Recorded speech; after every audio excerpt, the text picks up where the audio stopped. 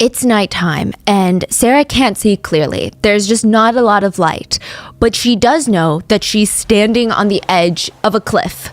Below her are these jagged rocks with sea urchins just roaming about. The waves are crashing in. I mean, even if she jumps, she could land on a rock. She could injure herself. But if she doesn't injure herself, let's say she jumps and she's fine, then what? Is she really going to swim 2 miles to St. Thomas Island? Is this even in the right direction? What if the waves just push her back to the jagged rocks? But even then, knowing all of this, knowing what's waiting for her below, seems better than what's waiting for her behind. Behind Sarah is Pedophile Island, where she would later state she has been held and essayed sometimes up to 3 times in a single day. Sarah is hesitating. She's running through all of the options. A straight jump would probably kill her, but maybe she could slowly climb down the rocks. Just get a bit closer and closer to the water and then inch her way in. She starts bending down and she hears these golf carts coming up behind her. She's got to move faster, but then there's another, and then the lights illuminate the entire space, and these 2 girls, 2 very young girls, a bodyguard, a model scout, and a middle-aged woman walk straight up to Sarah. Sarah starts panicking, but this middle-aged woman gently walks closer to her, to the cliff, like a little cat. "It's okay, honey. Come with us." Sarah looks back. I mean, she's still thinking, I could still jump. I mean, it's going to kill me, but I could still jump. But she's got no choice. She takes the woman's hand and walks back with them. Back to the island where there are bungalows filled with girls in Victoria's Secret lingerie and food that she's not even allowed to touch. She has no choice but to go back to the island formerly known as Little St. James. But to her and hundreds of other girls, it's known as Pedophile Island or the island, or just hell. We would like to thank today's sponsors who have made it possible for Rotten Mango to support RAINN, the nation's largest anti-sexual violence organization. They created and operated the National SA Hotline, and all resources will be linked in the show notes as well as the description. This episode's partnerships have also made it possible to support Rotten Mango's growing team of dedicated researchers and translators, and we would also like to thank you guys for your continued support as we work on our mission to be worthy advocates of these causes. As always, full show notes are available at rottenmangopodcast.com, but there is a beautifully heartbreaking, gut-wrenching book on this case called Silence No More, and it's written by Sarah Ransom. She is a victim of Epstein and Maxwell, and just her sheer tenacity to keep fighting for justice is beyond admirable. I would highly recommend checking the book out.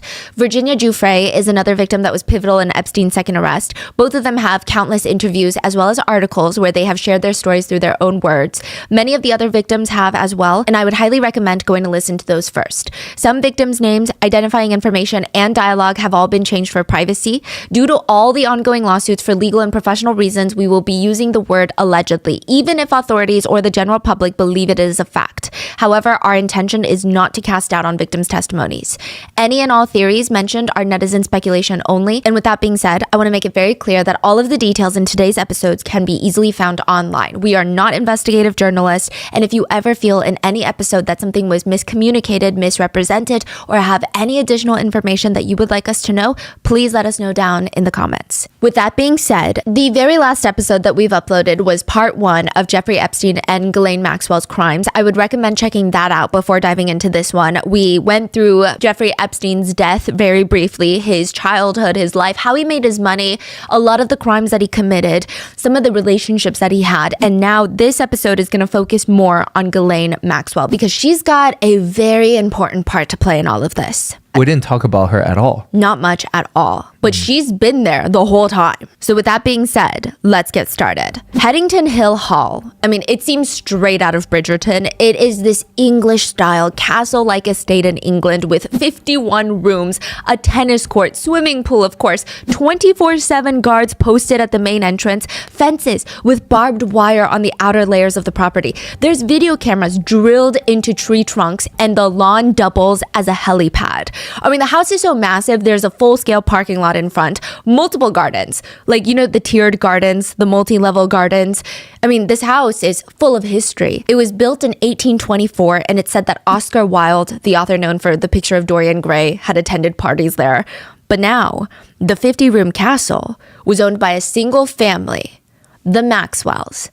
The Maxwells of Pergamon Press, one of the largest publishing houses in the UK at the time. Now, Robert Maxwell, the patriarch of the family, would later go on to own the Daily Mirror, which is one of the biggest publications in the UK with kind of a seedy reputation. They're considered more of a tabloid newspaper, but massive nonetheless. And Robert Maxwell was worth $1.9 billion. The Maxwells are not just rich, they're filthy rich. She was born rich. She was born with a diamond spoon in her mouth. During Christmas, there's usually this beautifully lit up 3-story tall tree inside the mansion. I mean, this is extravagance. It's opulence. If any of the Maxwell kids, Robert Maxwell had 9 of them, if any of them wanted to know when daddy's coming home, all they would do was wait for the noise of the helicopter. And he would land on the front lawn and they would run outside. And most Sundays, Robert Maxwell would host Sunday brunch for all the industry leaders in the media world that he felt like he wanted to spend more time with.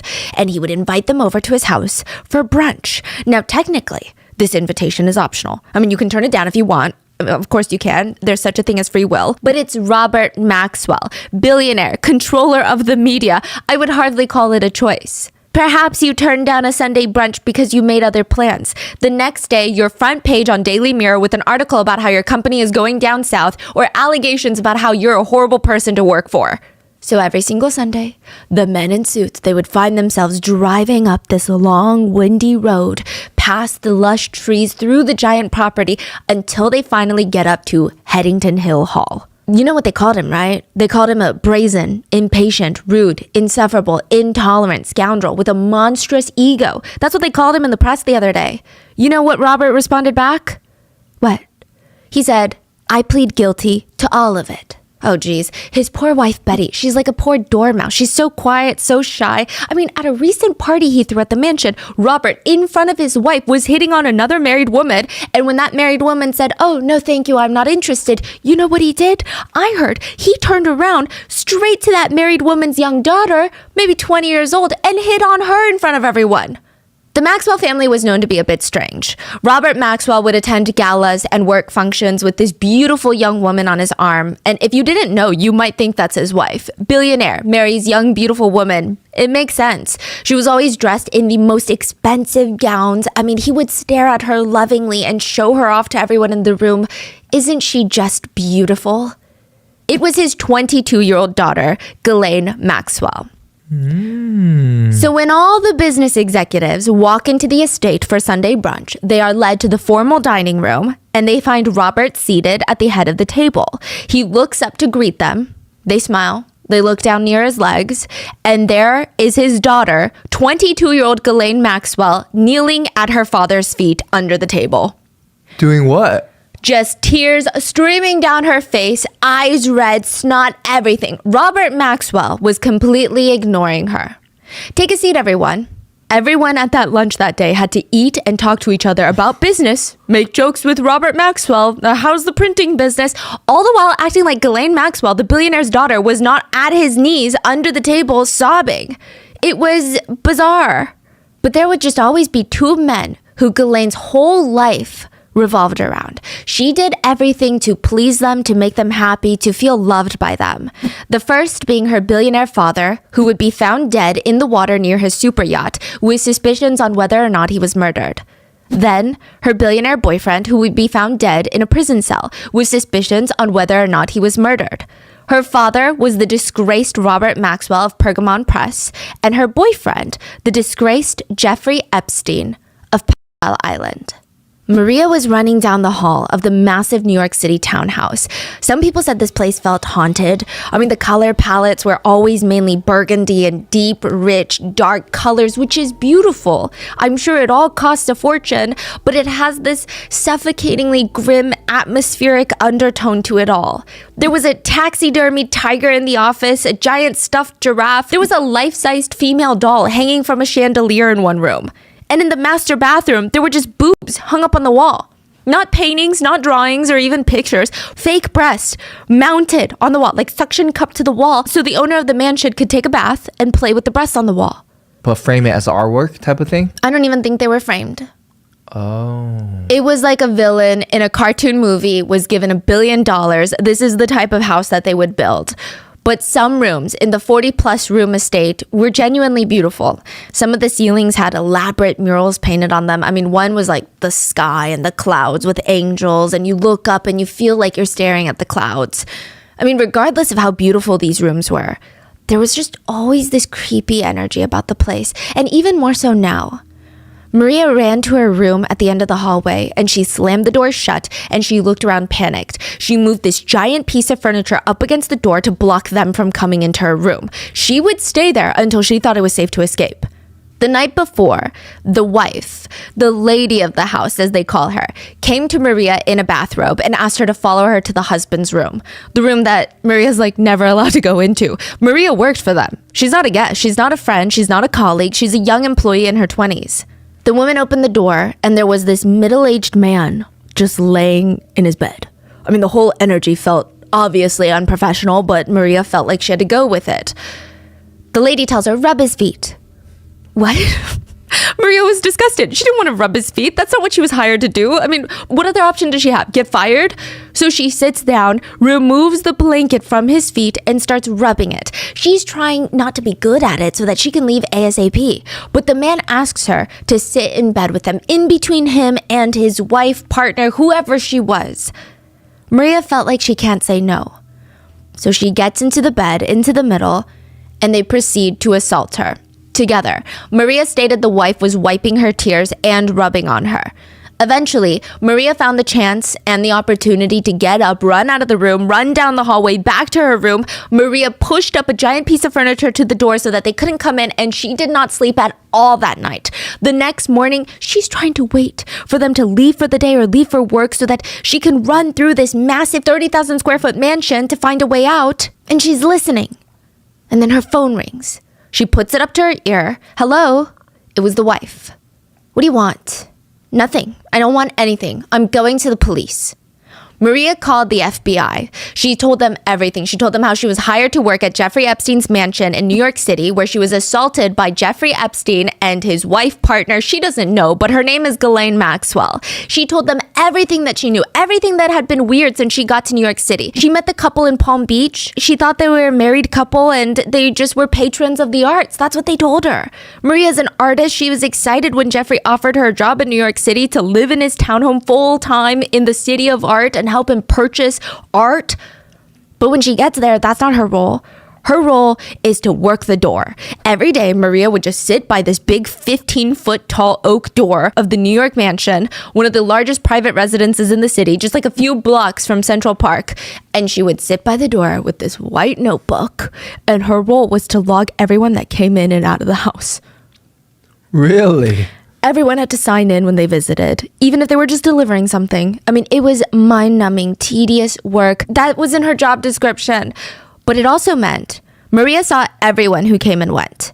She immediately noticed a lot of young teen girls in school uniforms coming into the house. The first time it happened, she probably thought, maybe it's a relative or something. But the second, third, fourth time, Maria's getting confused. She's getting alarmed. It's not like they have a high school kid that's inviting friends over. What business would this older couple have bringing high schoolers into their mansion? Maria gently brought it up to Ghislaine, the lady of the house, and she just told her, they're here to audition for Victoria's Secret. You know Jeffrey is very close friends with Leslie Wexner, the CEO of Limited Brands, the ones that own Victoria's Secret and Bath & Body Works. So I go and I scout for models at Central Park. They come in for an audition, and if they're lucky, they'll be models. From then on, Ghislaine would scout in front of Maria. It was just odd. Sometimes they'd be in the car and Ghislaine would be like, stop the car. The driver would park in the middle of Central Park or near private schools. Ghislaine would just hop out, run over to a high school girl in her uniform, give her number, and then run back to the car. That's insane. Just in the middle of New York. Yes. Wow. And it was ballsy. They would target private schools where these are pretty privileged kids too. Maria would later see these same girls at the house, and the whole thing, I mean, I guess it made sense, right? But then Maria started seeing some red flags. She couldn't shake the feeling that they're not auditioning for Victoria's Secret. Like, the whole thing is weird. Side note, Maria herself is really young, so she doesn't know how these things work. But Maria's thinking, first of all, the parents aren't coming with them, which is weird. Like, if you're getting scouted to be a model for some sort of career, your parents would likely come. Second of all, some of the girls have braces. Maria's like, I don't remember the last time I saw a model with braces. And third, the girls were auditioning for Victoria's Secret, so Ghislaine said. And they're way too young to even have any breasts, really. Most of them didn't even have any breasts. So she's like, this is just kind of weird. Maria's sitting at the stool in the front when one of the young schoolgirls comes running down the stairs, crying, screaming, and she just rushes out. Maria turns around and Ghislaine is standing there. Oh no, like, what happened? What's wrong? She didn't get the job, that's what's wrong. Some girls are not cut out for modeling. Maria starts feeling really sick in that house. I mean, the way that Ghislaine talked about the girls, like they were auditioning to be models, and the way the couple treated the house staff. I mean, all the house staff were treated like useless peasants. Anyone that was deemed beneath the couple were subhuman. It was shocking. Sometimes Ghislaine would even call somebody a nobody to their face. At the entrance of this massive townhome, they actually have what they call the living chessboard. It's a chessboard with figurines, and each one is a staff member, modeled after the staff member and custom made. They're all just chess pieces. So imagine you're the housekeeper of this house. You come and you're cleaning the chessboard and you're like, why does this chess piece look exactly like me? Why does this look like the maintenance man? Why does this look like the assistant? They made like a custom chess but looks like workers. The staff members, yeah. That of is the house. So weird. It's so bizarre. And they just like moving them around like a little chess. But like, only the workers, not themselves. No, they're just pawns and they're gods of the masters of the universe. Oh, that's so sick and twisted. Yeah. But also the psychology of coming to work and you're on a chessboard. One day, Ghislaine walked over to Maria at the front and she pointed. Look at that pinhole right next to you. Maria looked. I mean, it looked odd. Was it reflective or something? It looked like there was a hidden camera or something there. So Maria later asked Jeffrey about it, and he took her into a room where the entire desk was lined with screens and CCTV footage of secret cameras throughout the property, which is to be expected. This is a massive mansion with artwork that cost millions of dollars. The painting alone behind Jeffrey Epstein's desk, which, side note, we went through this whole desk thing in the first episode, okay? But it's 20 feet long. This is like a dining table of a desk. It's the most massive desk people have ever seen in their lives. But behind it is a painting of a woman in a red dress, and she's pulling down one part of her dress to just expose one breast, and she's cupping it. That painting alone is $6 million. So having a lot of security precautions is not the alarming part. It's to be expected. The alarming part is that Maria is inching closer to the screens, and she sees that most of the CCTV footage is inside the house, inside the bedrooms, and even the restrooms, where you would expect full privacy. There were hidden cameras. If you were anywhere in this house, Jeffrey Epstein and Ghislaine Maxwell were watching you. And the FBI did nothing about it. They took her call and they said, okay, thanks, and hung up. Is it because it's just private resident? They can do whatever they want? No, Maria was SA'd. She was assaulted by them. Oh. They're basically saying it's your word against a billionaire's. There's a saying in New York, the only sin in New York City is not having money. And Ghislaine Maxwell was a sinner. So she invited a few acquaintances over to her New York City place to repent. Now, I'm not sure if they all knew what they were there for a tea party. I mean, they show up to the address on time. It's this giant brownstone on the Upper East Side, and they knock on the door, and a staff member of the Maxwell New York City property ushers them in. So this is not Jeffrey Epstein's house. This is Ghislaine Maxwell's New York City townhouse. Right this way. Madam will be with you shortly. They're like, madam? They step into the foyer and absolutely nothing in this house is settled. I mean, everything is in your face, but it's not tacky. It's like eclectic. It's rich, it's in your face, but it's just interesting. I mean, rich people are so weird. Take it whatever way you want, but it's not beige. The whole place is royal blue, red, and black. There's ornamental china everywhere. There's samurai suits on the wall. It's just fascinating. They get ushered up to the living room where they find Ghislaine, surrounded by her father's photos, family photos, business awards that her dad received, and she's just weeping on the floor. No introductions, no hellos, no pleasantries. Ghislaine just starts allegedly screaming at them, I'm broke, I'm broke, I'm broke. She was wearing nothing but her undergarments dripped in expensive jewels like diamonds all over her neck, wrists, fingers, weighed down by diamonds, pearls. She had a full face of makeup on. She went from screaming to quietly but still dramatically complaining to everyone. And side note, people said that her voice was always like a low purr. I'm broke, do you hear me? I'm broke. The guests look at her. I mean, this is so over the top. They're in a very clearly expensive brownstone. I mean, if you're really broke, you could probably sell that samurai armor suit downstairs. They're staring at all the diamonds just dripping from her neck and wrist. It was, even by high society standards, very out of touch. It was so abnormal. What's going on? Yeah, why is she not wearing clothes? She's having a moment. But she had all the jewelries on. Exactly. It's Was like this a choice she made? It seems like it. Okay. It seems like she wanted to be in some sort of soap opera. But everyone there, they try to be sympathetic. Ghislaine Maxwell was a sinner. She had no money anymore because Robert Maxwell, her beloved father, was dead. Robert Maxwell was found naked, dead, floating in the ocean near his $15 million super yacht named the Lady Ghislaine, after his favorite kid. Really? Ghislaine was daddy's little girl, his little mascot. So it's very understandable that she was very distraught over his death. But even this was just a bit much. But wouldn't he just leave everything to her? Oh, we're going to get into it. Okay. Even when Robert Maxwell was still alive, Ghislaine was incredibly proud to be his daughter, but in kind of an alarming way. She once pulled aside a family friend of theirs, and I guess they're slightly disagreeing on something. And she turned on him and she said, "Don't forget, I'm daddy's girl." And he was like, "What?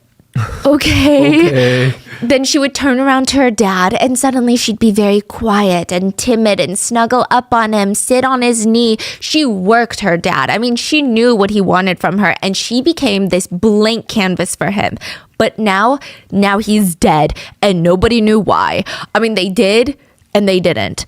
3 pathologists disagreed on the exact cause of death. There are theories circulating that he had a heart attack and fell into the water, then died by accidental drowning. One person close to Robert Maxwell argued that Robert always woke up in the middle of the night, butt naked. He would walk over in the dark to the edge of his yacht to pee off the side. They speculated that he probably fell and drowned. Side note, Robert Maxwell had a thing for urinating off of the sides of things. Allegedly, he urinated off the top of the Mirror paper headquarters. Just like the roof. So a stream of pee was shooting down. I digress, but yeah. Others thought... This is so out of this world, bro. You think that's out of this world? Robert Maxwell had known links to the British Secret Intelligence Service, as well as the Soviet KGB, as well as Israeli intelligence. He was a secret spy for like all 3 of them. The speculation was that he might have known something that he shouldn't have, or maybe he got cocky and he thought that with his billions of dollars, it would protect him from some of the most powerful entities in the world, and he started asking for things. Or maybe he was trying to get more for his end of the deal, whatever deal he had with them. I mean, obviously, this is purely speculation, but people argued, knowing Robert Maxwell's personality, where he is constantly described as a bombastic, egomaniacal bully, nobody thought he would have gone quietly, nor would he have self-exited. So there's a lot of theories circulating that he was murdered. And some people just believe that no, he self-exited on the Lady Ghislaine near the Canary Islands. Because a few weeks after Robert's death, Maxwell's empire caught fire and burned to the ground. Authorities discovered a $500 million hole in the pension funds of the company. He had taken from his employees' pension so that he could stay afloat. When Robert Maxwell died, his net worth was negative $1 billion. Oh my God. It's speculated that he realized this and there was no more that he could do. They were going to go under. The boat was sinking, so it's either go to jail, live in disgrace, or exit off the Lady Ghislaine. So the speculation is he chose to exit. That's what some people speculate. Ghislaine doesn't believe that he would have self-exited, but none of that mattered. The Maxwell family name was wrecked, and she could either stay in London where everybody hates her guts and try to rebuild it from the bottom up, or she could move to a whole new city and see if she could reinvent herself. That's exactly what she did. Ghislaine Maxwell came to New York City, got a place on the Upper East Side, and the obvious answer for someone like Ghislaine is to either A, get a job. I mean, you've got a degree from Oxford, one of the top 5 universities in the world. Or B, do what a lot of other high society people do, get a husband. So she technically still has some money, but not a lot. She doesn't have billions. but she's Right. not broke. Yeah. She has diamonds and that mansion. She's got probably speculating tens of millions. Dang. But not billions. Now, the people in attendance at this very bizarre broke tea party, they thought, she's gonna be fine. She's gonna be fine. First of all, she's not broke. Second of all, she's just gonna find another man to finance her life, and that's okay. Because Ghislaine was always the type of girl that guys liked. Ghislaine went through a big dinner party at her house, and usually guys are notorious for complaining about going to these dinner parties. They don't find it fascinating, they don't find it exciting. It's just another dinner with more people that you have to make small talk with. It's just not that fun. But the guys, they loved Ghislaine's parties. One of the attendees stated Ghislaine was a masterful hostess. I mean, it was like her life's calling. She knew how to cater to everybody's needs, but not in like this overly nice, I'm trying to please you or impress you way. It was almost just a level of class that exuded out of her. Just sophistication, very graceful. The tables were always beautifully arranged. The food was prepared by chefs and it was absolutely delicious. And then after dinner, Ghislaine disappeared. Eventually, she comes back to the dinner table holding a big stack of silk scarves. Everyone, come. We're going to play a game. She starts passing out the scarves only to men. Blindfold yourselves. The objective of the game is all the men will have their eyes covered and the women will take off all of our tops and bras and we will walk around letting the guys guess who is who based on how the breasts feel. Based on weight, cup size, they can guess. You're kidding me. Yeah, most of the guys were like, now that's how you throw a dinner party. They really liked Ghislaine. They thought, what a cool girl. But the girls, they feel so uncomfortable and in a way betrayed. Like what woman in their right mind would peer pressure all these other women into a game like this? Yeah. And are they couples or is No. it all everyone single? Some couples, some single. People said Ghislaine was more like a man than a woman, and that's why men liked her. She was sharp, witty, a night owl. Not saying that that's like male specific, okay? But that's what people were saying about her. And she only wore the most expensive clothes, like broke or not. She only wore the most expensive clothes. And she just had these very interesting ways of flirting. I don't know if you can call it flirting. Allegedly, one time at a wedding, Ghislaine was flirting with a married man. Not the groom, but a guest, married nonetheless. And she's caressing his arm, laughing at his jokes. And his wife comes up behind him like, who the hell is this lady trying to rub up on my husband? The husband turns to introduce his wife to Ghislaine, but Ghislaine looks her up and down. And what is this? Ghislaine loops her arm around the husband's arm and walks him off into the crowd. Whoa. At another party, Ghislaine walked up to a writer. I believe this is the first time they're meeting. This writer is married. They're 3 minutes into a random, bland, pleasant conversation, small talk. The writer's wife is like 5 feet away. Ghislaine looks him in the eye mid-conversation, interrupts him. If you lose 10 pounds, I'll f*** you. Another guy dropped her off at her townhouse, and when she got out of the car, she leaned down through the window and said, if you come in and f*** me, I'll tell you the secrets of my father. It was, aggressive. It's like the concept of whatever I want, I get. It was just embedded into her DNA. It appears like she could not process any other outcome for her life. Other times, it wasn't as straightforward. She would allegedly meet a man at a high society party, lift her eyes up at them, and a lot of them describe her way of looking at people as utterly compelling. She was very charismatic, very magnetic, almost in a cruel way. Like you know that she's mean, but for some reason you want her to like you. The moment she looked at you, you would engage in 2 seconds of small talk with Ghislaine because this is your first time meeting, right? And you'd say things like, well, I work in finance and the main will you take me out to dinner? She would just say it so casually, like, oh, I like your pants. Kind of like that. And it worked most of the time. I mean, it didn't hurt that Ghislaine is beautiful. She's really electric. You wanted to be around her because it almost made you feel good. Like, this is a really cool person. And if they enjoy spending time with me, that must mean I'm cool. That's how Ghislaine made you feel. So one of the guys ends up taking her to dinner to this nice little restaurant. And for the first half of dinner, I mean, everything's going well. She's a great conversationalist. I mean, nothing ever felt boring with her. And then halfway through the dinner, the conversation of her dad comes up very subtly. It's not like he's like, who's your dad? Tell me about your dad. Did he die? What happened? It just seemed casual. It would have been one remark and that's it. But it wasn't. She did not talk about anything else the whole dinner. I mean, once that conversation about her dad came up, all she talked about was how great her dad was, how incredible it was to be a part of his family, and how great he did for his businesses, how she would open up the daily newspaper and there would be an article about him because he was that prominent of a figure. By the end of the dinner, she had been so loud and people were so interested in the story of her billionaire father. The entire restaurant was quiet and listening in. And it was so odd.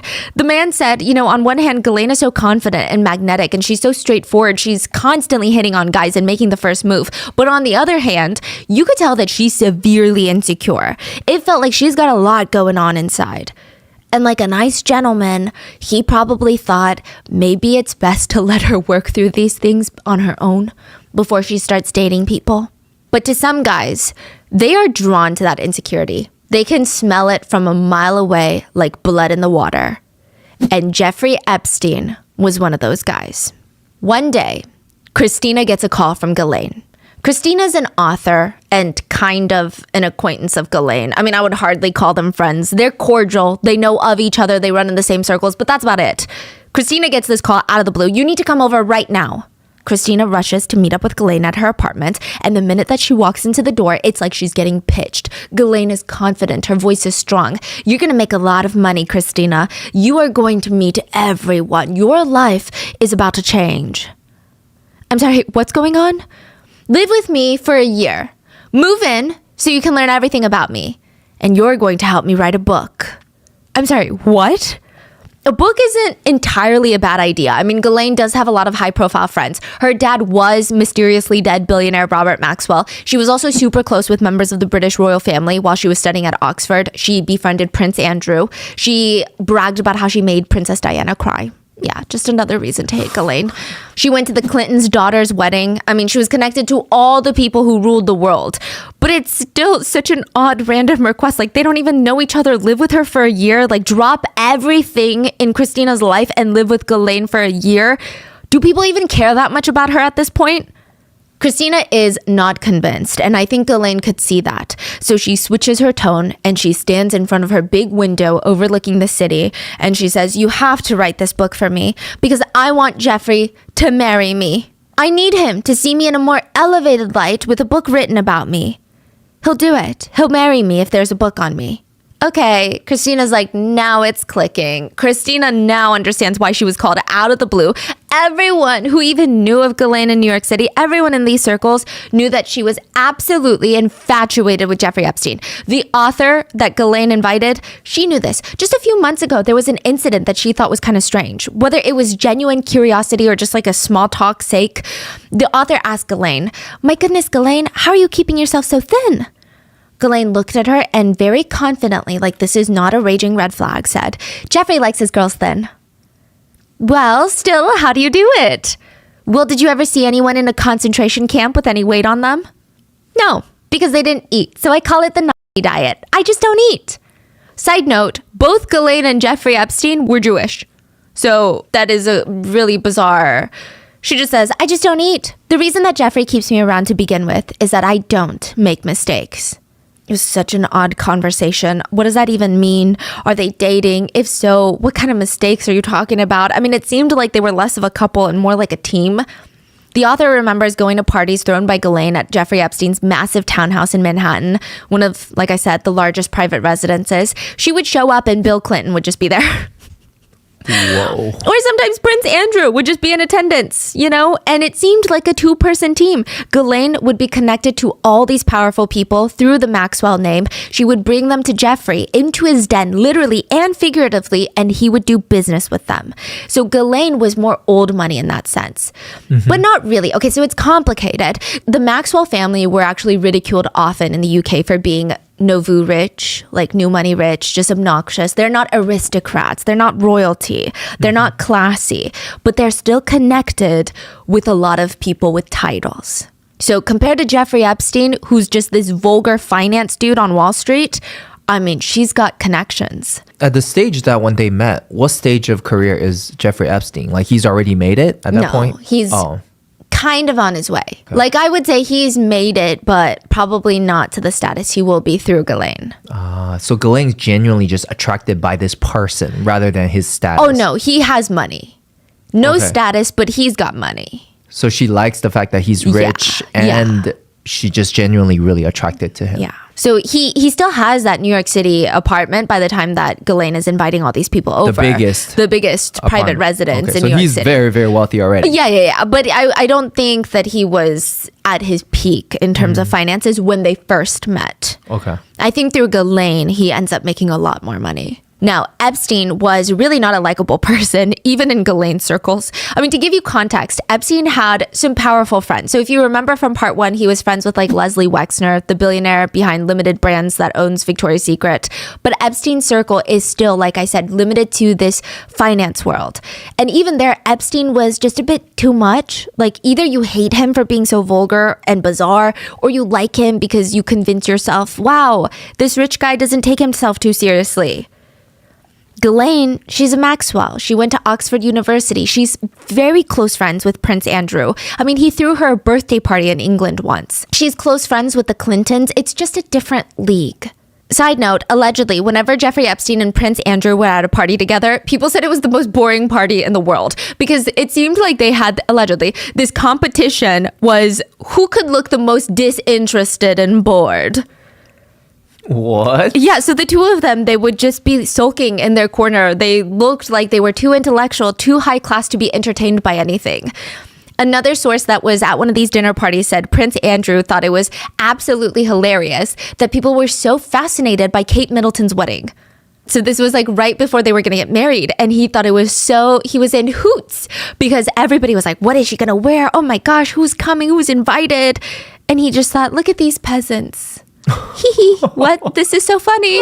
Ghislaine's friends thought Jeffrey Epstein was weird. I mean, firstly, his New York City apartment was strange design, but also at these dinner parties, if they were mid-conversation and Jeffrey Epstein found himself getting bored, he would just interrupt everybody and scream, and what does that have to do with pussy? That was his favorite saying. Ghislaine would be the only one sincerely laughing. Everyone would just be glancing at each other and awkwardly chuckling because what the hell is that? It's so crazy these two found each other. Yeah. They're so weird in their own way already. I can match see, made in hell. Right, I already can see how this is gonna like go escalate. Yeah, exactly. Ghislaine's friends would ask her, wait, so what does he do for work? Oh, he's the money manager. But he only takes on clients with at least $1 billion to manage. So now, Christina, back in the apartment, is no longer interested in writing Ghislaine's book. She's not going to waste a year of her life writing a book for Ghislaine just so Ghislaine could get proposed to. Like, what kind of deal is that? But Ghislaine keeps begging. Jeffrey has been medically diagnosed by the best doctors in the world. He needs 3 orgasms a day. Sometimes he has an erection that lasts 24 hours. No way. Christina's like, excuse me? And what does that have to do with this? Exactly. Christina felt like, am I on drugs? Is she on drugs? And like, what chapter of a book would that even go into? The opener. The author's note. I mean, Ghislaine's like, I cannot keep up with his needs, so I drive around. I look for girls that are his type, then I offer them a deal. Do you want to give a rich man a massage for a few $100? Christina's like, what are you talking about? What I do in Palm Beach is I get in my car, I drive to the trailer parks. I look for Jeffrey's type. And when I see what I'm looking for, I approach them. I bring them to the house. The way Ghislaine described what she does for Jeffrey is interesting. It's so casual yet so professional. Casual in the sense that Ghislaine talks about picking up these girls like she's picking up takeout for her boyfriend, just debating on which meal he's craving and then going to pick it up. But at the same time, you can tell that Ghislaine takes it very seriously. It's like a career, profession. Apparently, she would even leave parties early to go pick up girls for Jeffrey. So at this point, are they dating or are Nobody they romantic? knows. So nobody knows. It's speculated that they started off briefly romantic. And then they were no longer romantic, became best friends and codependent on each other for various things. Jeffrey Epstein was probably dependent on Ghislaine Maxwell for her connections. And I think that he liked being associated with her. She was really good at hosting. She was doing all the wifely duties without him having a wife. She's hosting these parties for these business partners and getting him more clients for whatever he's doing. And she's just obsessed with him. She's obsessed with him and he's paying her a lot of money. We don't know how much. So it's almost like ex-girlfriend, employee, best friend. It's just weird. Yeah. And there's no definitive timeline or a strong point of when it transitions. It's very odd. But it does seem like she's obsessed with him. Whether she wants to marry him for the money or for the love, it's unclear. Christina looks at Ghislaine. Wait, but who are these girls? What are you even talking about right now? And Ghislaine whips around and says, they are nothing. They are trash. Christina was taken aback. I mean, Ghislaine was clearly desperate for Epstein. I mean, enough to go and find girls for him to sleep with 3 times a day. And she still wants to marry him. But not only that, she's talking about these women like they're subhuman. They're nothing but slots to fill in Jeffrey's busy schedule. Christina walked out of that apartment that day disgusted. She had no idea that Ghislaine Maxwell was talking about children, 14-year-old girls. One of the most iconic stores in New York City was Henry Bendel on Fifth Avenue. The brand's colors are brown and white stripes. I don't know if you guys remember Henry Bendel. And at one point, a lot of wealthy women would go there to shop. It's like a department store, so they have a little bit of everything there. And Liz was working there, assisting a woman. And Liz was asking, wait, how do you spell your name? I'm so sorry. It sounds like the French spelling of gasoline. And the woman said, it's Ghislaine. And my boyfriend thinks I'm a lot like gasoline. I'm the gasoline and he's the match. So Liz and the woman, Ghislaine, they start busting out laughing. I mean, I've worked in retail before. These are like the best clients. Sometimes in luxury retail, you have people who take themselves way too seriously and you feel like as the salesperson, you have to walk on pins and needles because they're so prim, they're so proper. But then you have someone walk in buying stuff and they're so fun to be around. It is like the best part of your day. And Liz is genuinely having a good time. She feels like she's making a friend. Ghislaine picked out a ton of stuff and requested that Liz drop it off at her hotel nearby later tonight. Which, I mean, it isn't completely unheard of in Manhattan in luxury department stores. So Liz is like, okay, yeah, that's fine. And I'm kind of excited to see her again. Not in the, oh, I can't wait to spend time with her, but more so, at least it'll be fun to drop it off with this client rather than a different client.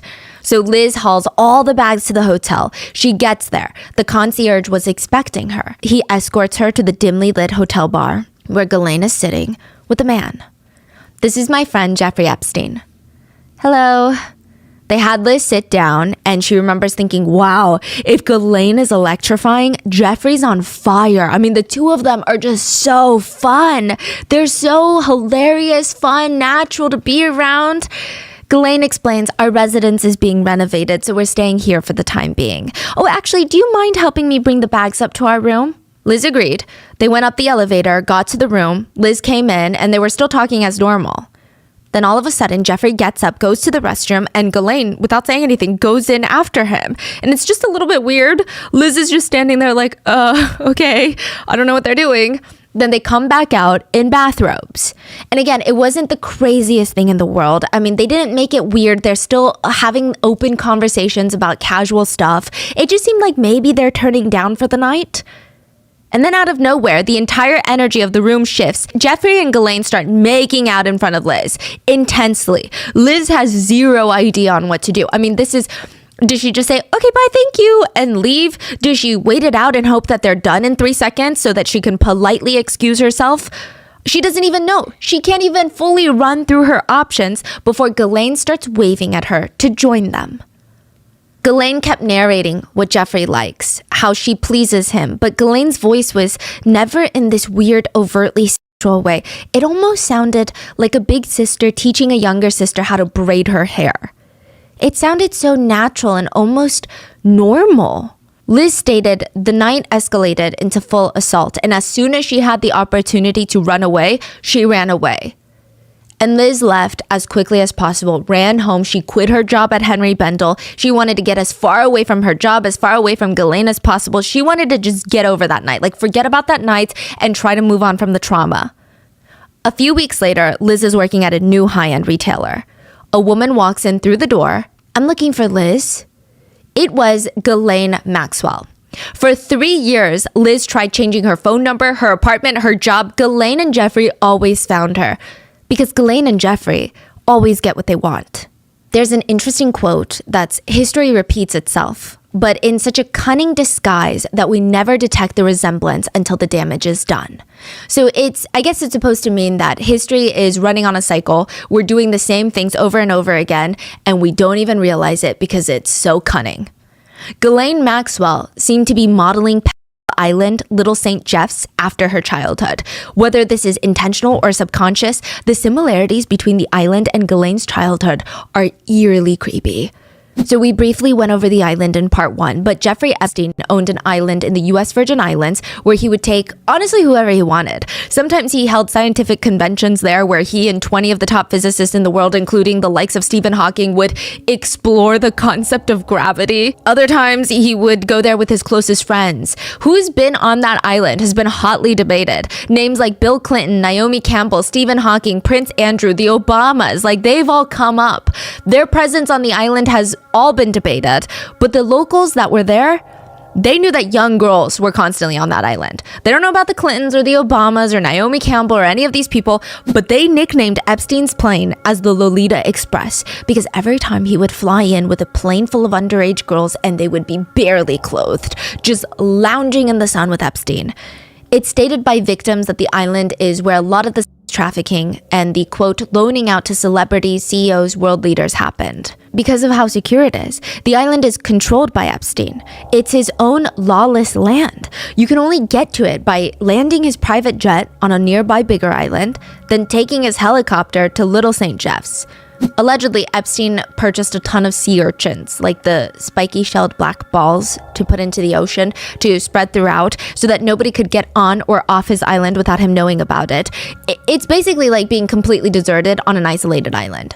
There have been allegations of rituals being held on the island where the rich and influential have sacrificed children in exchange for more power. Allegations of group intimate relations with world leaders and underage children. It's also alleged that what we know about everything that happened on the island is only tip of the iceberg. It's stated that a big group of Jeffrey Epstein's victims on the island were foreigners, underage foreigners from Eastern Europe that were flown in to be trafficked, abused, and then flown back with threats and fear. It's been corroborated to a degree by another victim from the island that said this was true and that Epstein would joke about how it's perfect because they don't have to listen to the girls talk because nobody understands their language. There are allegations that victims' passports were confiscated on the island and it became a jail. They had lost all ability to say no to anything. They were completely powerless. But the frustrating thing is, we don't know for 100% certain what happened on that island. We know bits and pieces from victims, but the full scale of all the crimes that took place, I don't know if we'll ever know. But I can present you with some of the stuff that we do know. And what we know about this island and how it was run, it seems alarmingly similar to Ghislaine's childhood. So I'm going to try to give you little bits and pieces of both because it's kind of eerie. A lot of this was told in Sarah Ransom's book where she was lured to the island by a friend of hers. She was recruited essentially to the island. She gets there, her passport's taken, she has no way off, and she's being assaulted. It's bad. So growing up, Robert Maxwell, Ghislaine's father, believed that his whole life, women are just there strictly for men's pleasure. I mean, they're strictly there as objects to be used at his convenience. He would hit on other women in front of his wife. He would hit on those women's daughters in front of that woman and in front of his wife. I mean, women for him were just a good time. That's it. On the island, Sarah remembers Ghislaine was going to be arriving separately from everyone. And Sarah was so nervous and excited to finally meet this woman that every other girl on the island was talking about. Some even called her Mama Bear. One girl told her she's powerful, wealthy, and she knows everybody. Don't cross her, just stay out of her way and you're going to be fine. Just do whatever she tells you to do. When Ghislaine's helicopter landed, Sarah nervously waved hello when Ghislaine got off because what else are you supposed to do? Ghislaine looked her up and down, walked past her, because to Ghislaine, just like Robert Maxwell, Sarah and these other girls were nothing. They are trash. Growing up, Ghislaine's dad trained her to be some sort of a ranger, connector. She was always putting two people together. So when her dad Robert would host parties at the Hill Hall, Ghislaine was expected to bring people she thought would be interesting for her dad, or bring people that would be interesting for her dad's friends, i.e. very young women. And she was really good at it. Ghislaine would always find the right people to connect. She knew how to read people. She knew how to read the room. She knew exactly what people were looking for. Ghislaine would make such seamless, smooth introductions between two parties that you would never even know that all of this was masterfully planned and meticulously executed by Ghislaine. She just had a way of making everything, normalizing every single social interaction. On the island, Sarah claimed Ghislaine would wake her up in the middle of the night to go service Epstein. Even if she told Ghislaine she was bleeding from the assaults from earlier that day, Ghislaine would calm her down and forcibly drag her if she needed to, because her job is to connect the two. She's there to arrange the meeting between Sarah and Jeffrey Epstein, and she was going to get her job done. Growing up, it said Ghislaine developed an ED at just 3 years old. They say it's one of the main reasons that the Maxwells spoiled Ghislaine more than the rest of the kids. Her parents felt like she was really neglected when she was a baby. So right around the time of Ghislaine's birth, the eldest son of the Maxwell family had slipped into a coma. And a lot of people were just not paying attention to Ghislaine. And it's speculated by Ghislaine's parents that Ghislaine developed a terrible eating disorder at just 3 years old to try and receive some attention. On the island, Ghislaine tells Sarah she's too heavy. You being 5'9" and 146 pounds is not to Jeffrey's liking. Ghislaine would make sure that all the delicious food that the chef prepared were off limits to Sarah. All the snacks would be locked up. When the rest of the group would sit down to eat, Sarah was given thin slices of cucumber, tomato, and tiny, tiny portions of meat. The other girls would glance at her, and Sarah, she can't leave this island. She's being abused. There's no way out. There's no escape. She's miserable, and now she's being starved. She's taking giant gulps of water in between bites of cucumber to try and fill her stomach. Growing up, Ghislaine had these Sunday weekly reviews. Every Sunday during family dinner, the Maxwell kids would be instructed to stand around the dinner table. They can't sit down. They would have to stay standing until Father Maxwell would walk in, and the room would be silent. Everyone would have their shoulders pushed back, their chest forward, and they would wait for him to sit down at the seat at the head of the table, and he would probably say something along the lines of, "Proceed." The children would have to go one by one, giving a full presentation to Robert Maxwell about what they did this week, what they achieved, and what they hope to achieve next week. If he didn't like their responses, they don't get to sit down. They don't get to eat. He would take off their belt and whip them, and then send them up to their rooms where they would have to write him an apology letter after getting whipped. On the island, Ghislaine would have Sarah stand up at the dinner table and had all the other girls point out all the, quote, fat parts of her body. And she would laugh, "You're enormous. If you didn't eat for an entire month, you'd still be overweight and disgusting." Other days, she would grab Sarah's waist at the dinner table, have Sarah stand up and start poking at her waist. "Look how massive you are today. It looks like we need to cut down even on cucumbers." Ghislaine told her the only acceptable weight for her at that height was 114 pounds, which would actually classify Sarah as underweight. But Ghislaine did not care. Growing up, Ghislaine's mom never stepped in to help when the kids were being belittled or berated by Robert Maxwell. She took a very passive approach. Some would even argue that she let it happen. On the island, there were a lot of girls that looked at Ghislaine like a mother figure. Shantae was one of those girls. Shantae came to the island because she thought this was a great opportunity to become a masseuse. She remembered the first time on the island, she felt like she was in a fantasy land. She was a princess. Everyone had their own separate villas that were separated from each other, and the beautiful candlelit dinner. I mean, Shantae went back to her villa and someone had lit a candle in the room, left a book on the nightstand, and had a mosquito net set up around her bed. It's like a dream. She remembered the first night she plopped down on her bed thinking, this is going to be the best job in the world. I get to travel the world and I just do massages. Incredible. She starts reading her book. She's getting ready to fall asleep when she hears a knock on the door. It's one of Epstein's assistants. Jeffrey's ready for his massage. Shantae thought it was odd, but she was hired to be a masseuse, and technically it's a private island. Maybe island time works differently. I mean, she tried to convince herself this is completely normal, right? Because if you're hired to be a private masseuse, it's not like you just work business hours. She follows Jeffrey's assistant, goes to his villa. The massage table was all set up and the waves were crashing outside on the rocks. And Shantae kept thinking, well, okay, this is a little uncomfortable, but at least Ghislaine is nearby. Because I don't know if that's his girlfriend or his wife or what, but she's like the mom of the group. Shantae waited for Jeffrey, and he burst in with a rope, threw it off, and climbed onto the table. He looked incredibly smug, she said.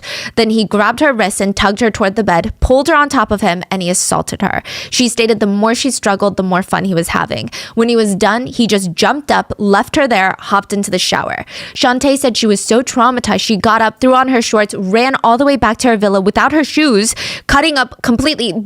The whole bottom of her feet was all bloody, and she cried herself to sleep. And she kept thinking there were so many people. Ghislaine was there. She was nearby. She knew Ghislaine heard her scream, and Ghislaine did nothing. There were 70 staff members on that island. How did they not see anything?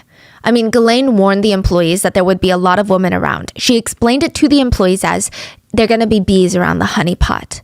But I'm queen bee. Always remember that.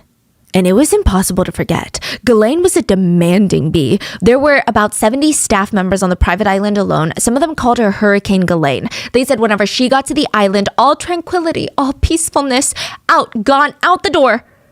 And her way with staff was to treat them, quote, like the help. I mean, she was ruthless. The workers there were explicitly told not to be seen unless requested, and they weren't allowed in most buildings where the abuse was taking place. So many victims stated it's perfectly understandable that some of the staff didn't even know what was going on. But they say a photo is worth 1,000 words. And there is a painting of Bill Clinton that was saying a lot. There was a painting of Bill Clinton hung in Jeffrey Epstein's New York City mansion. It's of Bill Clinton in a blue dress and red heels. Former President Clinton is sitting, dangling his legs off the side of an armchair and pointing at you, or whoever's looking at this painting. And he's smiling in almost like this coquettish manner. Some people have interpreted this painting to be the one that pokes at Bill Clinton's affair with Monica Lewinsky, because Monica Lewinsky is the woman that Bill Clinton had an affair with while he was president of the United States. Side note, the power imbalance there is like a whole other story for another day. But she wore a iconic blue dress that was stained with the president's bodily fluids after an intimate incident that they had. She wore the blue dress for the rest of her day working as an intern in the White House because she thought it was spinach dip that she had spilt on her dress. It was not spinach dip. I mean, I guess it could be argued that it's the blue dress Hillary Clinton wore to the 2009 Kennedy Center honors. It's not, but it could be. I guess art is about who interprets it. And the interpretation that the internet had of this painting being hung in Jeffrey Epstein's New York City estate was he was sending a message. Because if he knows Bill Clinton personally and still purchased this piece of art and hung it up, it almost felt like he was outwardly telling people, I have stuff on Bill Clinton. I have stuff on everyone. I can make fun at former presidents because what are they going to do to me? Jeffrey Epstein was also known to keep a collection of photos of very powerful people that he had ties to, allegedly. He had a wall of photos that included Woody Allen, Bill Clinton, the Prince of Saudi Arabia, Pope John Paul II, and Cuba's Fidel Castro. Now, just to preface and disclaim, just because there are pictures of them on his walls doesn't mean they were in any way friendly with one another or even met each other, or even if they did, that still does not explicitly imply guilt of any sort of crime or even morally corrupt action. So don't kill me.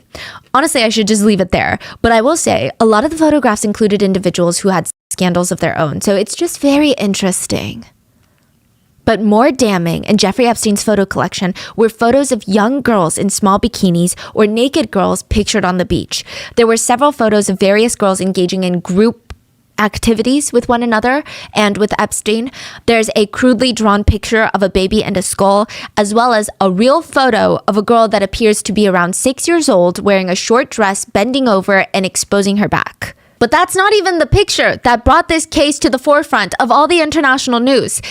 Instead, it was a picture of 17-year-old Virginia Giuffre wearing a tank top, a pair of jeans. There's Ghislaine Maxwell standing in the back, and Prince Andrew of the British royal family with his arm on 17-year-old Virginia's bare waist. There is a room in Florida where there are so many valuables in this room. Crystals, chandeliers, museum-level statues. But if you really want to rob the place, because I don't know, you have a wish to be imprisoned, I don't advise anyone to do that. But if you must, they say you should peel off the walls. Not for the artwork that's hanging there, but the room is plastered with $7 million worth of gold leaf. Or if you think that's way too complicated, just steal a bathroom sink or two, because there are gold-plated sinks worth over $100,000 per sink. It is the 20,000 square foot ballroom in Mar-a-Lago, former President Trump's Mar-a-Lago club in Palm Beach. Did you know they charge $200,000 for your initiation fee? It's a one-time payment that you don't get back. There's also an annual fee of about $16,000 that you have to pay. But even if you have the money and you want to spend it at Mar-a-Lago, you can't. They have a 500-member cap, and each applicant must be vetted and referred by a current member, and then Trump himself will sign every single approved applicant. Jeffrey Epstein was banned indefinitely from Mar-a-Lago. He wasn't even a member and he got banned. I feel like that sounds more impressive than being a member. Yeah. Exactly. Allegedly, Ghislaine was the one who knew Trump, not Epstein. And through Epstein's connection with Ghislaine, Epstein started visiting Mar-a-Lago, even though he's not a member.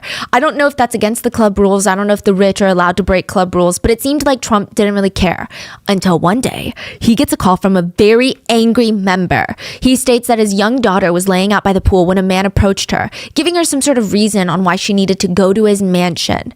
And she went, probably assuming everyone at the club was at least familiar with her family, maybe a family friend. It'd probably be safe. So she went, and he tried to convince her to get naked. So she ran out of there, called her dad, who immediately directly called Trump, very upset about what transpired, and Epstein was banned from ever stepping foot on Mar-a-Lago ever again. That is a crazy, crazy story. But Ghislaine wasn't. Virginia said the same thing happened to her. But she didn't have rich parents to call Trump. Virginia was a changing room assistant at Mar-a-Lago, making $9 an hour. Her dad worked there as a maintenance manager. One day, Virginia found her dad at work, and she was excitedly telling him about this new opportunity that she had. One of the very wealthy members had asked her if she wanted to work for her and earn a massage therapist license. I mean, it seemed perfect because she would probably pay more than the club, and Virginia would get a license from it, meaning it would only open more doors for her future. Virginia was so excited, and her dad wanted to support her, so after work, he personally drove her. Her dad personally drove her to Epstein's Palm Beach mansion, where Ghislaine met with the both of them in the driveway. Ghislaine reassured Virginia's dad that they would have Virginia home safe and sound later tonight, so he could just get home and rest. He trusted them. They're members of the club. So Virginia's dad left. Virginia was escorted upstairs with Ghislaine. She's 16, 17 at the time. She has zero experience with massages. She's never even gotten a massage at this point, so she has no idea how it works. She goes upstairs, the door swings open, and she's shocked. Jeffrey Epstein is laying there naked on the table. Virginia is contemplating running out, but she reasons with herself, because our brains are incredible at reasoning with ourselves, that maybe this is normal, maybe you just put a towel over, right? But then Ghislaine starts taking off her shirt and starts rubbing her bare chest on Jeffrey Epstein's body with massage oils, implying to Virginia and stating that this is what she needs to do. They coerced Virginia into taking off her clothes. She just did as she was told. I mean, she didn't know what else to do. That was the very first time the two of them assaulted Virginia Giuffre. Virginia Giuffre would be one of the key victims to take down the trafficking ring. Even the newest court document releases, those were from Virginia Giuffre's defamation lawsuit against Ghislaine. But unfortunately, that also means that Virginia Giuffre would endure some of the worst, most extensive and traumatizing acts committed by Jeffrey Epstein and Ghislaine Maxwell. Virginia stated that she was essentially loaned out to basically service all the other high-powered friends that Epstein and Maxwell had. Virginia said, "I was trained to be everything a man wanted me to be. It wasn't just sexual training. They wanted me to be able to cater to all the needs of the men they were going to send me to. They said that they loved that I was very compliant and knew how to keep my mouth shut about what they expected me to do." Epstein and Ghislaine also told me that they wanted me to produce information for them, in addition to performing sex on the men. They told me to pay attention to the details about the men so that I could report back to them. Virginia stated that she was terrified. She said she couldn't leave or speak up sooner because he could have had me killed or abducted, and I knew he was capable of that if I didn't obey him. She said, "I realized that my only purpose for Jeffrey Epstein and Ghislaine Maxwell and their friends was to be used for sex." Virginia stated that she was working with them, and Jeffrey had sex with underage girls on a daily basis. She said his interest in this kind of sex was obvious to the people around him. The activities were so obvious and bold that anyone spending any significant time at any one of Jeffrey Epstein's residences would have clearly been aware of what was going on. In a deposition, Virginia stated, "In addition to constantly finding underage girls to satisfy their personal desires, Jeffrey Epstein and Ghislaine Maxwell also got girls for Jeffrey Epstein's friends and acquaintances. Jeffrey Epstein specifically told me that the reason for him doing this was that they would, quote, owe him, that they would, quote, be in his pocket, and he would, quote, have something on them. I understood that Jeffrey Epstein thought he could get leniency if he was ever caught doing anything illegal, or he could escape trouble altogether." Virginia would come forward with allegations that she was essayed by Prince Andrew 3 times, once in London, once in New York City, and another once in a group activity session on the island. Virginia stated, quote, "I knew he was a member of the British royal family, but I just called him Andy. I got news from Ghislaine Maxwell that I would be meeting a prince later that day. Jeffrey Epstein told me I was meeting a major prince. Jeffrey Epstein told me to exceed everything I had been taught. He emphasized whatever Prince Andrew wanted, I was to make sure he got." Prince Andrew would state that he has no recollection of meeting this lady, even though there's a picture of them together when she was 17. But he said no to all of it. That's what Prince Andrew said in an interview about the allegations. He also argued that the photo of him in Virginia must be edited because those are his traveling clothes that he's wearing. But it stated that the picture was taken in London, which to him doesn't make sense because he only travels in his traveling clothes. Prince Andrew also states that men always remember every single time they have intimate relations because it's a positive experience. So the fact that he cannot remember intimate relations with Virginia basically means that it didn't happen. In the end, Prince Andrew settled out of court, and it's rumored that Virginia Giuffre was given more than $12 million, which I believe she's putting into a charity that she's started. But even with the settlement, Prince Andrew has denied all allegations. Soon after the settlement, the Queen stripped him of all of his royal titles, which was incredibly significant because it is alleged that Prince Andrew was Queen Elizabeth's favorite son. Virginia Giuffre said, "Cages come in many forms, and I can tell you my cage might have been a golden cage, but it was a cage nonetheless. I was very alone and there was no way out." It's speculated that humans evolved to be able to sense when others are looking at us and watching us. Everyone at the Daily Mirror, Ghislaine's dad's company, knew that Robert Maxwell was watching them. He would bug the executives' phones. It was known that people at the Daily Mirror would have meetings where they just wrote down their thoughts rather than saying it because everyone knew that Robert Maxwell was listening to them. Even at home, Robert Maxwell would hide recording devices into antique lamps because he wanted to hear everything his family was saying about him at all times. Jeffrey Epstein allegedly did the same thing. Sarah Ransom states that every inch of his properties, including the island, was monitored with cameras, every single inch. Robert Maxwell watched Ghislaine and everybody else in his life. Ghislaine and Jeffrey watched all their victims, but someone was watching Jeffrey. And I think he knew it. He had a new addition to his art collection, a photorealistic painting he personally commissioned that depicted a prison scene with him in the middle of barbed wires and guards. This is after he got out of prison the first time.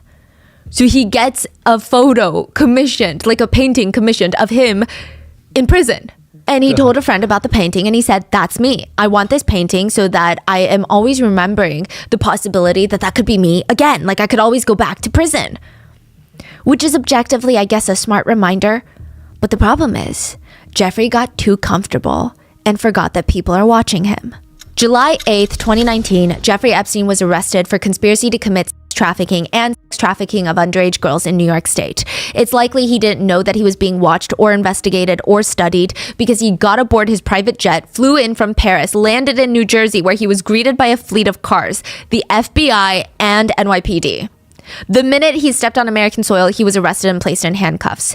How did he not know that they were watching him? If he knew, he probably would have stayed in France or fled somewhere else. He had the means, he had the money. The authorities would later find fake passports in his New York City townhouse safe. I'm sure he had more. By all accounts, Jeffrey Epstein seemed genuinely surprised that he was arrested a second time, 10 years after his first arrest. Even after his first arrest, Epstein told the New York Post, "I'm not a predator. I'm an offender. It's the difference between a murderer and a person who steals a bagel." He's saying he just stole a bagel. That's it. But now, 10 years later, just like the Maxwell empire, the Epstein empire was going to crumble down in disgrace. And everything that Ghislaine had worked for the past 10 years was gone, down the drain. Yeah, sure, the trafficking ring, yeah, okay, that's down the drain. But additionally, Ghislaine kept herself very, very busy after Jeffrey's first arrest in 2008, 10 years ago, okay? She wanted to completely reinvent herself to be a new woman, the water woman. Side note, Jeffrey and Ghislaine were very much close after his first arrest. It didn't seem like anything ever really changed. People said that Ghislaine was still organizing and planning all of Epstein's massages even after he got out of prison, but she also created a network, like a method where girls would recruit other girls and she would just kind of sit at the top to make sure everything was going accordingly. Ghislaine was reinventing herself after Jeffrey Epstein came out of prison the first time. She started her own nonprofit called Terra Mar in 2012. She said it was her project for humanity. The focus was on cleaning up the 8 million metric tons of plastic debris, the garbage that's dumped into the world's oceans every year. So she would host these TED Talks where she asked, "Is anybody here staying awake at night because they're frightened about the ocean? Are you scared about what could happen? Are you trying to think about what you could do that would help the ocean and all its myriad of troubles?" She would invite her friends over, and instead of talking about writing a book now to get Jeffrey to marry her or throw tea parties in her undergarments, Ghislaine was now spending all her time at dinner parties talking about saving the ocean, the deep sea, and all the animals that live there that need saving. It's like she was trying to tie herself to a bigger picture, a big cause that was more than, why is Epstein obsessed with massages? But some people who knew her said, she could not care less about the ocean, okay? At a conference in South Carolina, she was busy talking to everybody that would listen about Terramar. She sounded really passionate. So there was one filmmaker who had no idea anything about Ghislaine Maxwell's life, and he was convinced by her excitement to change the planet. So he offered to help her shoot this promotional video that would encourage viewers to sign a petition. They planned out the whole video, and just to make sure that he knew what was going on and what color she was going to wear, he asked her, wait, what are you going to wear? And she's like, oh, the Terramar shirt that I plan on releasing. Okay, yeah, that's perfect. But you should see me in my full leather outfit with weapons. He was like, that's so strange. That happened out of nowhere. And she's like, Lara Croft from Tomb Raider? I'm the real life version of her. He said it was incredibly but in a creepy way. Like there was something off about it. It was weird. Anyway, the next morning they meet up on the beach to shoot the video, and she's wearing the Terramar shirt, which looks like the I Heart NYC shirt, but it's I Heart squiggle squiggle, so like I Heart waves. She paired it with jeans and stilettos on the sand. Are you here to save the ocean or get some pictures for Instagram? He had no idea. The producer said it was more like a glamour shoot than anything. He said it's like she was trying to reinvent herself with the ocean, but she was the same exact person. And none of us can run away from ourselves. But Ghislaine still tried. She would go to the United Nations and give speeches about what we need to do for the oceans. People would even joke with her. You, Maxwell, seem to love it underwater. Wait, what does that mean? Because she loves water. Her dad drowned. Oh, man. Yeah, Ghislaine thought it was hilarious, apparently, and tipped her head back and laughed. She even went to a fundraiser event in New York City after Epstein's first arrest that was for stopping sex trafficking. She showed up, took a few pictures, and left. The fundraisers were confused why she even came, but also they noted she did not donate a single cent. And her sex trafficking partner in crime was now sitting in prison for the second time, suspiciously dead, just like her dad. Jeffrey Epstein was found suspended in his jail cell. His death was officially deemed a self-exit, but there's even a Wikipedia page called Jeffrey Epstein Isn't Dead. So there's a few camps of people out there. One group that thinks that he self-exited, another group that thinks that he was killed, and one group that thinks that he's not dead at all, that he's alive, and the Jeffrey Epstein in that cell is a look-alike. So let's explore the first theory very briefly, the official theory. Jeffrey Epstein self-exited. Experts stated that Jeffrey Epstein had no defensive wounds, and just going over his last few days in prison, people said that it was very tumultuous. A few days before Jeffrey's death, it stated that his state was declining very rapidly in regards to his mental health. It was reported that he was agitated, he couldn't properly sleep, the toilet in his unit kept running. So the prison had a toilet overflowing plumbing problem, so the whole place was infested with like feces, urine, and infested with rats and cockroaches. He couldn't sleep because the toilet was running all night and he has sleep apnea. So he would allegedly sit in the corner, sleep deprived, rocking back and forth, covering his ears, calling himself a coward. Sometimes he would just crawl up on the floor and try to sleep on the floor. He stopped showering. His beard was unkept. And a few days before his death, he attempted to self-exit. The psychologist stated, inmate has multiple risk factors for self-exiting as identified by BOP statistics. Let's be proactive. Jail officials noted in logs that Epstein was, quote, sitting at the edge of his bed, lost in thought, and, quote, sitting with his head against the wall. Another facility assistant emailed the jail official stating Epstein seemed, quote, dazed and withdrawn. She wrote, just to be on the safe side, can someone from psych come and talk to him? He also left a meeting with his attorney to go call his mom. His mom has been dead for 15 years. So it's speculated that perhaps he was losing his grip. Others felt like by self-exiting, Epstein was getting the last laugh. It's like he was saying, screw you, which a lot of people close to him said that it would fit exactly what Epstein would do. He was someone that wanted to have control till the very last end. He wanted to have the final laugh, the final say, the final word. Days before Epstein's death, he was making adjustments in his will that would impact how his assets were going to be handled. He changed it so that his $500 million-ish fortune would go to a trust in the U.S. Virgin Islands, the 1953 trust named after the year he was born, but we have no idea who the benefactors of this trust are. For all we know, he could still be paying the people who helped him commit these crimes. Right now? Yeah. Nobody knows where his money's at? This was really purposeful because by putting the money in a trust in the U.S. Virgin Islands, it would be really hard for the victims to get money.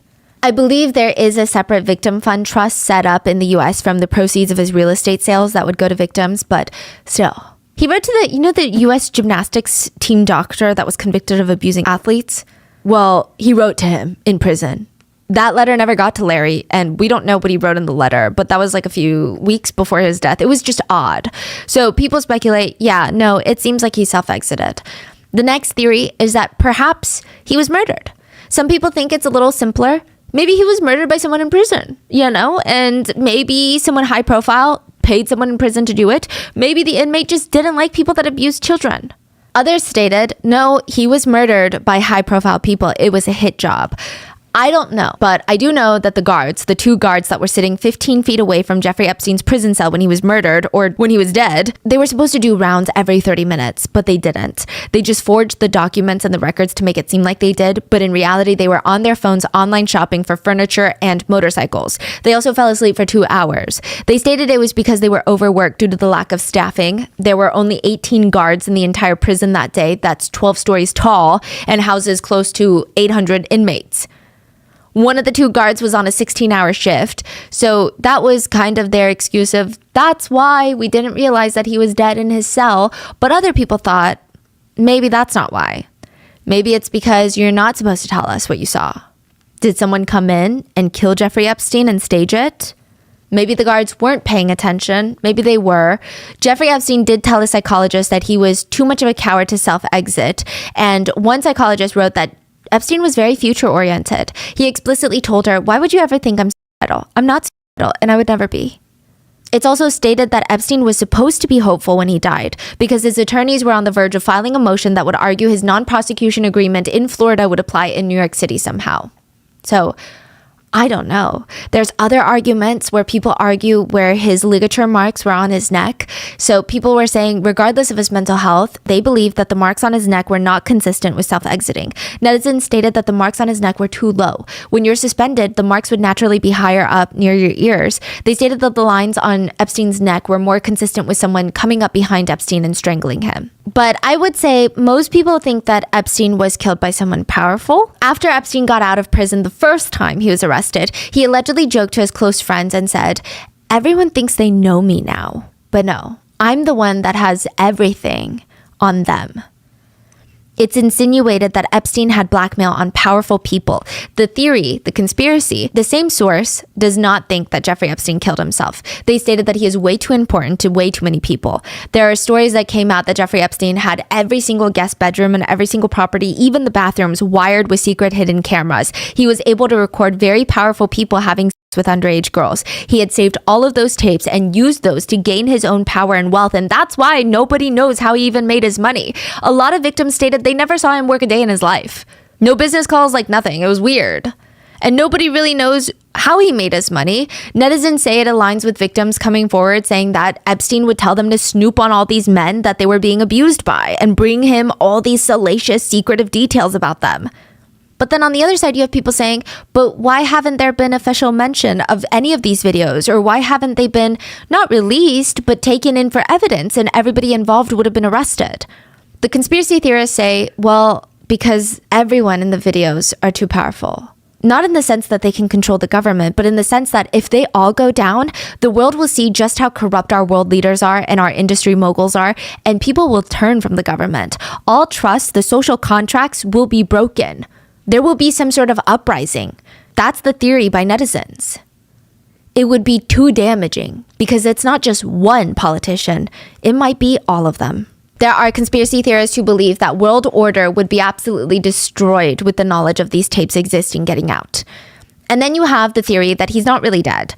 There is an alleged photo of Epstein from his cell, dead, and allegedly the photo doesn't add up with the facial proportions. So his ears and nose don't match his photo when he's alive, the side profile. So the alleged photo of him dead shows a much more curved nose at the bottom, at the tip, and the nose bridge is a bit slopier. But Jeffrey Epstein's side profile from when he's alive, the nose bridge is a bit straighter and it's a little bit more pointed at the tip. His ear, the alleged photo of him dead, the ear cartilage is a lot spinier and busier. There's more ear cartilage like showing in his ear and it looks like. But when he's alive, the side profile, it doesn't look like that. So for those reasons, some people believe that he's out there living with his $500 million trust, living his best life. So Jeffrey Epstein is dead and Ghislaine Maxwell is on the run. Ghislaine Maxwell was not arrested. She had multiple citizenships, so she could technically be anywhere. Paris, Brazil, in a bunker, in a submarine. We don't even know how much money she has access to at this point, or even now. So July 2nd, 2022, 11 months after Jeffrey Epstein's death, in a tree-lined hill of New Hampshire, like in a cabin, which cabin makes it sound like she's in the woods, being one with nature. This cabin is massive. It's surrounded by endless beautiful pine trees. It's a luxury oasis. There's a giant window that's like 2 stories tall that's letting in all this sunlight. It's secluded. It's isolated. I would imagine if I had to rent this cabin for a month, it'd be tens of thousands of dollars. It's a beautiful, luxurious, well-equipped facility. And it even has an ironic name. It's called Tucked Away. Helicopters start flying up above the trees. Authorities and squad cars show up. Officers are hiding behind the tree trunks. And they know that Ghislaine Maxwell is in there, and they're not leaving until they get her. So why is she in the US? We don't know. A lot of people speculate that she thought it would just die down. People would just kind of get over it. What? Yeah. This is a little goofy, but I mean, you have the FBI out there trying to get Ghislaine, and she knows this. She's done for. Like, she still tries to flee. She runs from room to room trying to outrun the FBI. They eventually found her, caught her, and her phone was covered in tinfoil because she thought the aluminum foil would block her cell signal. No way. Yeah.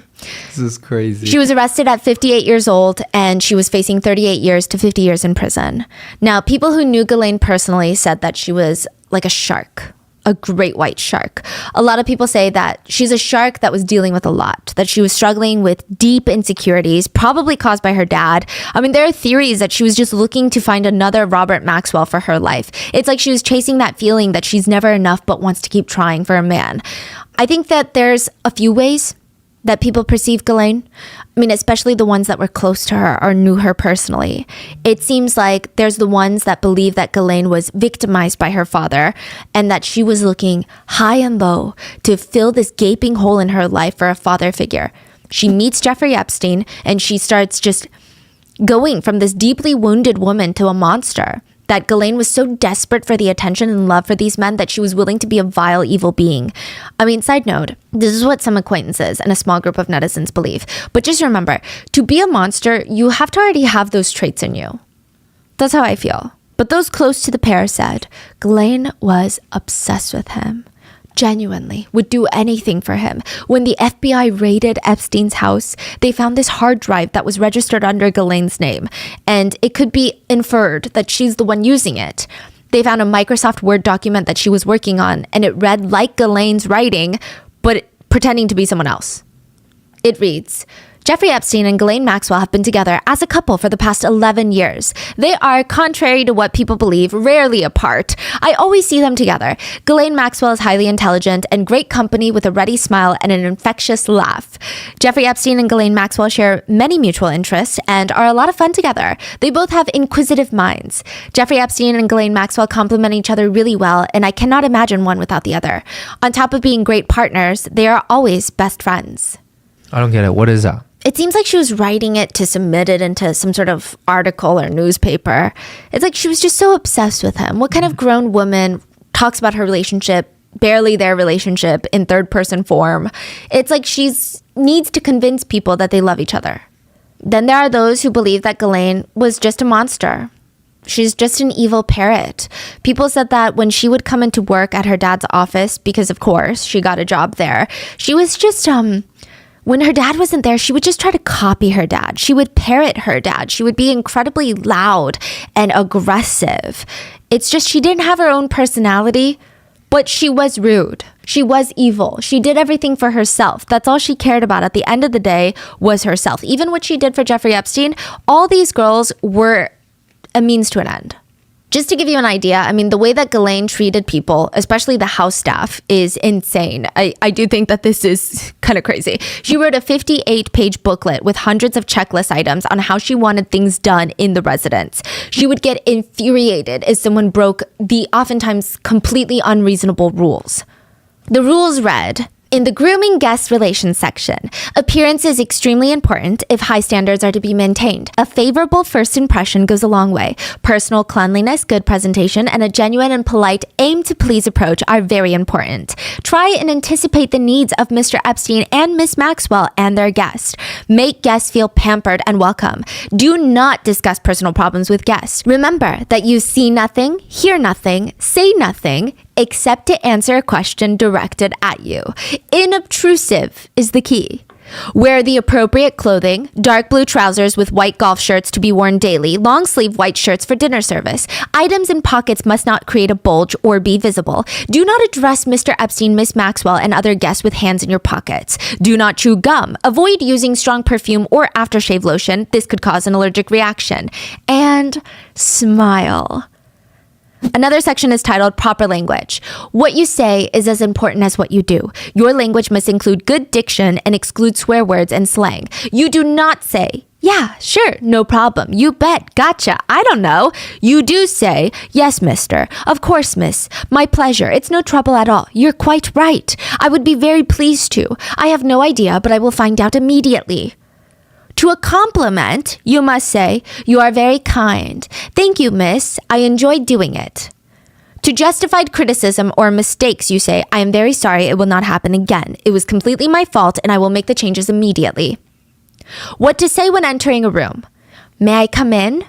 Greet whoever is inside the room. You do not expound on weather or any other subject unless asked. You provide your service and then ask, is there anything else I might do for you? If not, leave the room. When answering the phone, do not slam the receiver at any time. All calls should be answered within 3 rings or less.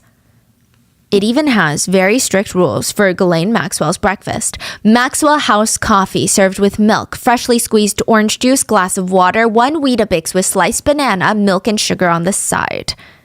So I guess it's up for you to interpret how you see Ghislaine. I will say, I don't think in any scenario she is the victim, but I guess it's the question of, is she a right-hand woman or is she the mastermind? Did she do what Jeffrey told her to do, or did she plan, execute, and mastermind a trafficking ring for the ultra-wealthy? Ghislaine once said in an interview, you tell me one person you know and take 20 people who know that person, they're all going to give you different versions of what they think of that person. One victim stated Ghislaine was worse than Jeffrey. She said Ghislaine got off in her own way from these assaults. Ghislaine got off on making those high-powered men happy. She felt validated from it. Before the trial, Ghislaine's attorney made a statement. They said, Ghislaine is in a very, very difficult condition. Conditions none of us wish on our worst enemies. I've never seen anything like it. It's the Epstein effect. Ghislaine's family have set up a website for her called realghislaine.com. Her brother defended her in an interview and stated, imagine yourself arrested and imprisoned in solitary confinement, deprived of bail for 9 months. Whatever your feelings about her allegations, she's entitled to a fair trial, to due process. My brothers and sisters and I will never stop fighting for Ghislaine. The trial itself was very messy, mainly on the defense part. Ghislaine's defense attorneys just kept trying to insinuate that it's unfair that a woman is taking the fall for a man. In their literal opening statements, they said, ever since Eve was tempting Adam with the apple, women have been blamed for the bad behavior of men. The charges against Ghislaine Maxwell are for things that Jeffrey Epstein did, but she is not Jeffrey Epstein. She is not like Jeffrey Epstein. A victim testified about her abuse that started when she was 14, but now she has overcome her trauma and became an actress. The defense attorneys were like, you're an actress? Well, can you cry on command? How do we know you're not crying on command right now? How do we know that you're not acting right now? Other times, the defense tried to use the fact that a lot of the victims grew up to battle addiction and face other obstacles in life. They just kind of threw it in their face, like, how can we trust you if you do drugs? It was a lot. And side note, addiction is a whole other topic, but many of the victims stated that they fell into drugs to cope with their trauma. So it just felt like a very gross thing to use against them. Another victim, Annie, who is Maria's sister, she testified, and the defense tried to argue that Annie was not traumatized by her abuse because she wore cowboy boots. Okay, I'm obviously summarizing, but essentially, Annie was gifted a pair of cowboy boots from Ghislaine and Jeffrey. She stopped wearing them once she escaped them, but every time she would look and see them in her closet, she felt this pain. And she thought, you know what? No, I'm gonna reclaim it. It's just a pair of shoes. It was part of her overcoming her trauma. So she starts wearing the cowboy boots again, and the defense brought in her cowboy boots, showed the wear and tear, and insinuated that if Annie was actually distraught about what happened and traumatized, she would throw the boots away and she would never be able to even wear them. The defense also tried to use the fact that some of the victims testifying were awarded anywhere between $2 to $5 million in the victim compensation program as a way to show that the victims were just money hungry and that they would say anything to get money out of the fund. There's a lot of victim blaming, a lot, which is in a way expected in our justice system, but also not. And it's infuriating because, it's what is going on? Why are we still doing this? And side note, when Ghislaine was asked if she would testify or not at her own trial, usually the defendant on trial will answer just a simple yes or no. But Ghislaine responded to the judge, "Your Honor, the government has not proven their case beyond a reasonable doubt, so there is no need for me to testify." In the end, December 29th, 2021, just a few days after Ghislaine's 60th birthday, Ghislaine was born on Christmas. The verdict came through and Ghislaine was found guilty of 5 of the 6 charges. Ghislaine was sentenced to 20 years in prison. Her attorneys will be appealing, and Ghislaine states that she too is a victim of Jeffrey Epstein and was manipulated by him. She also states that when she gets out of prison, her life goal is to help others that have been incarcerated. So that's like Terramar 2.0. Ghislaine also stated that she wishes that she never met Jeffrey Epstein, had no idea how evil he was, and according to one source, Ghislaine is writing a book in prison. The source states that Ghislaine doesn't think that she's done anything wrong, and that once people read her book and they know her true story, she will be freed. Yeah. Crazy. The source also states that Ghislaine is very upset that she, a woman, is the only one facing consequences. Ghislaine is also adamant that the picture of Prince Andrew and Virginia Giuffre when she was 17 was forged. It's a fake edited photo, so it's wild. She also has zero proof. She just says, "I don't know exactly how many points there are, but there are over 50 problems with that picture, so I don't believe it to be a true picture." I will say the FBI had it in their possession and never brought up any suspicions that it was altered. So hopefully, Ghislaine will spend a very long time in prison. But there are still a lot of unanswered questions with this case. Like one victim stated during the trial that she saw a picture of Ghislaine Maxwell nude and pregnant in Jeffrey Epstein's house. There have been no further details. Ghislaine is not known to be a mother. Could she have a child somewhere out there? Could that be the beneficiary to the trust? I really can't tell you. I mean, the theories just keep going on this case. They're endless. But I will say the victims who have come forward to go up against people like Jeffrey Epstein and Ghislaine Maxwell, they are the ones with the true power. They are incredibly brave and admirable. And just to give you an idea, in the 58-page rule book for the house staff, a page reads, "Preparations checklist for master bedroom. Set air conditioning at 60 degrees. 2 lighted pens on both bedside tables. Jeffrey Epstein's large and small notepads on both bedside tables. Box of tissues on each bedside table. Replace if less than 1/3 full. Gun placed in bedside table drawer." And that is the full case of Jeffrey Epstein and Ghislaine Maxwell. I mean, there's a lot more online if you're interested, but these are just what we know of them from online sources, those acquaintances, anonymous sources that have come forward. And I don't know, it's just more messier than I thought it would ever be. What are your thoughts? Let me know in the comments, and I will see you guys on Wednesday for the next episode. Bye.